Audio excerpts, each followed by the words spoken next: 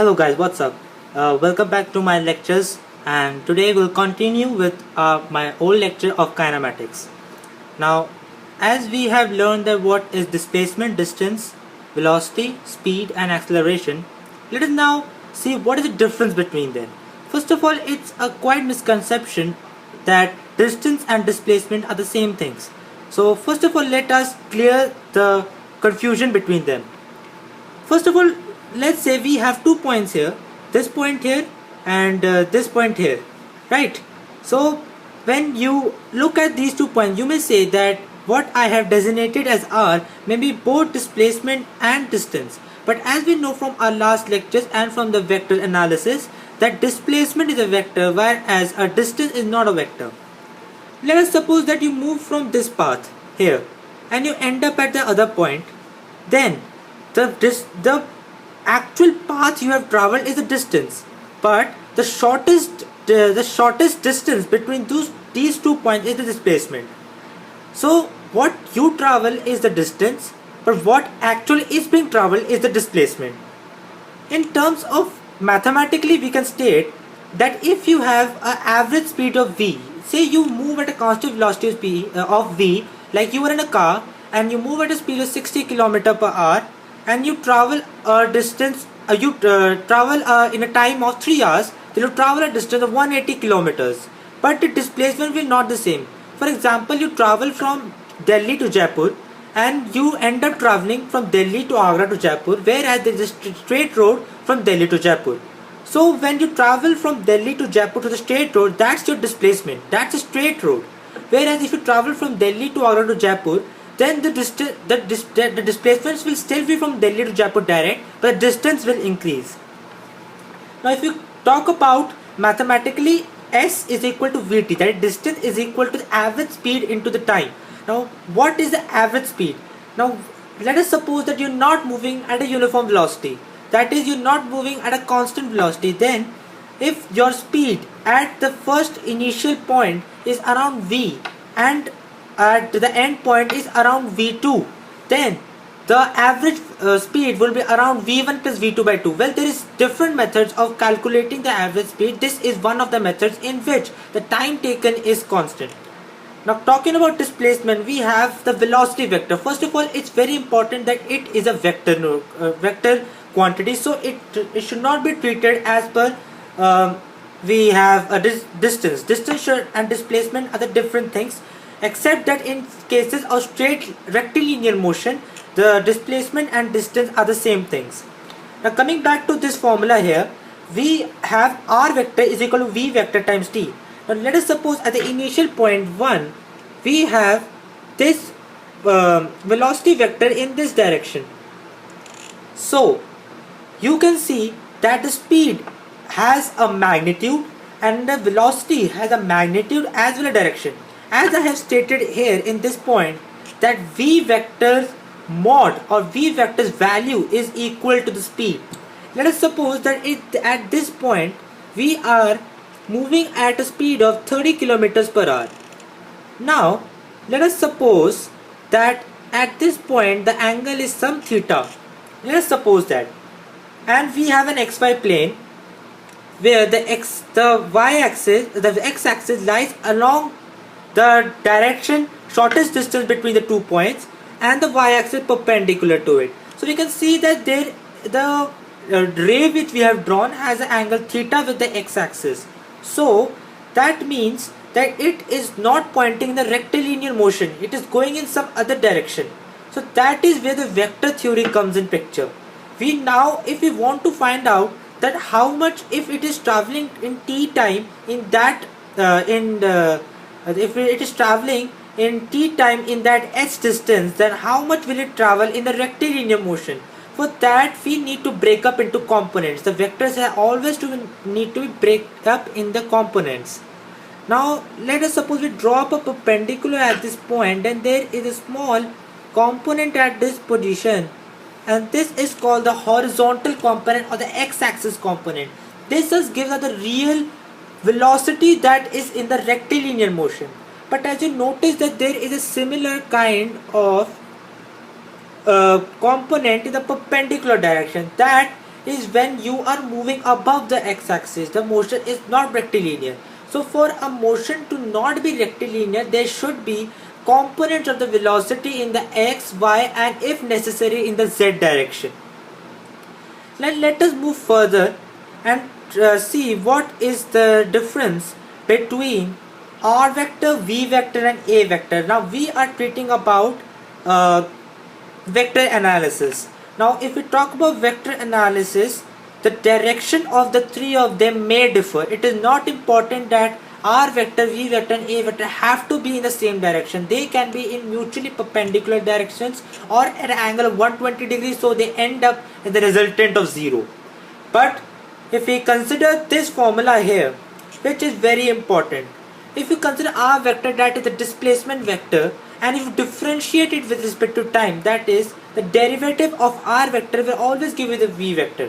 Now what does the derivative stand for? Derivative stands for the rate of change of that particular thing with respect to another thing. If you are writing it dr by dt, it means the rate of change of the displacement vector by time. Now since vector includes both magnitude and direction, that means even if there is a small here, like we have this r vector here, and somehow it changes direction as well as magnitude, then the velocity vector includes both of them. Let us suppose that the r vector changes its direction with angular velocity omega, or the rate of change of angle is equal to omega, and the rate of change of the magnitude is v. Then this v vector will include both of them as per the formula tells us. Now as the same way as displacement when differentiated gives us v vector, the same way acceleration is also given by the differentiation of v vector. Now what is acceleration? Acceleration is the rate of change of velocity. Now if the same way, if this v vector here changes its direction as well as its magnitude, then acceleration will contain both of them, right?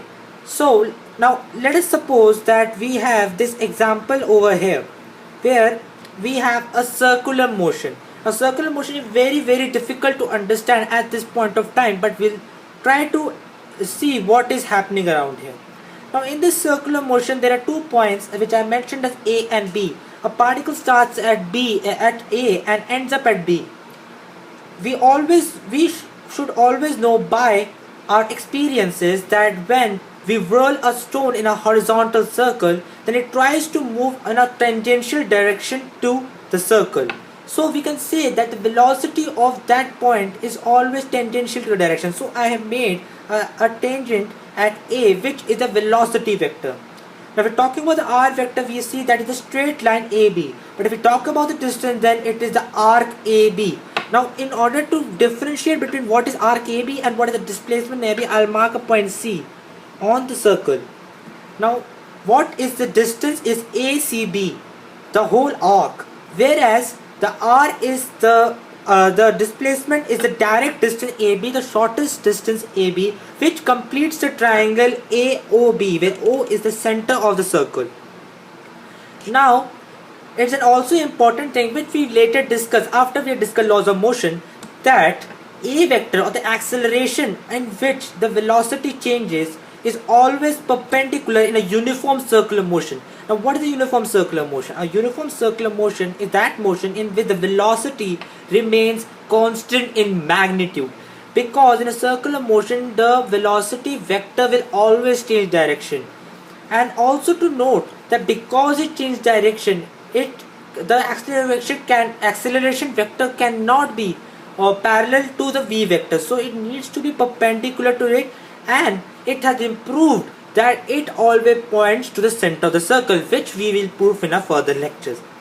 Now talking about the circular motion, we see that the v vector has rotated about in some angle and now has reached point B, where also it is tangential in direction and it is perpendicular to the acceleration vector. So we see that the three components of motion, that is the displacement, velocity and acceleration, are not collinear, as well as some of them are in an angle. The velocity vector can change direction as well as it can change its magnitude. the acceleration vector may also change its magnitude and its direction, whereas the r vector may change its magnitude, but will always but in this case will always be in a constant angle. Now let us suppose that the velocity is increasing or decreasing. Let us suppose the case of increasing. So what will happen that when there is v vector here, this will become a v1 vector. Let's say it's v1 vector, and here it is v2 vector. So what will happen is that this thing is increasing at this position, so it will have an angular acceleration which will provide a tangential acceleration in this direction. In this direction it will have a tangential acceleration which is given by alpha. It is given by alpha times the radius of the circle. If the radius of the circle is r, then it is given alpha times r, and it is a normal acceleration which we say. Let us suppose it's equal to a vector. Let's not confuse everything. It's like acceleration vectors. So you see that the acceleration vector is now, this acceleration vector is now parallel to the velocity vector, but it is to be noted that this is not the net acceleration vector.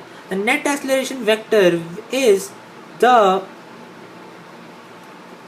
net acceleration vector is this thing here. It's becoming quite clumsy, right? So we draw this here, right? This and this here, and this thing is a net acceleration vector. The blue vector is a net acceleration vector, and you can see still the acceleration vector is not collinear with the velocity vector or the r vector. There is still some angle in this two and in this two, right? So this was the main components of kinematics and the difference between them. Let us now move on with laws of motion. Now laws of motion is the laws that define the motion of any particle or any body, starting from celestial bodies to normal insects. This is the laws of motion that affect, and we all know that these were built up by the greatest scientists, the greatest physicists of 16th century as well as of today, Isaac Newton. Now Isaac Newton gave a lot of things to us, which include the three laws of motion, the law of gravitation and the optics, whereas we know him as more famous by the apple tree incident, in which he discovered the law of gravitation as it is suggested. Now talking of the laws of motion, there are mainly three laws of motion, but many other laws of motion were also discovered. Let us look at them. First of all, let us take an example in where there is a block kept on a rough ground. So and it is pushed by a force at some angle. So we know that in our mathematics there is only two types of Cartesian coordinates, that is this y and x coordinates.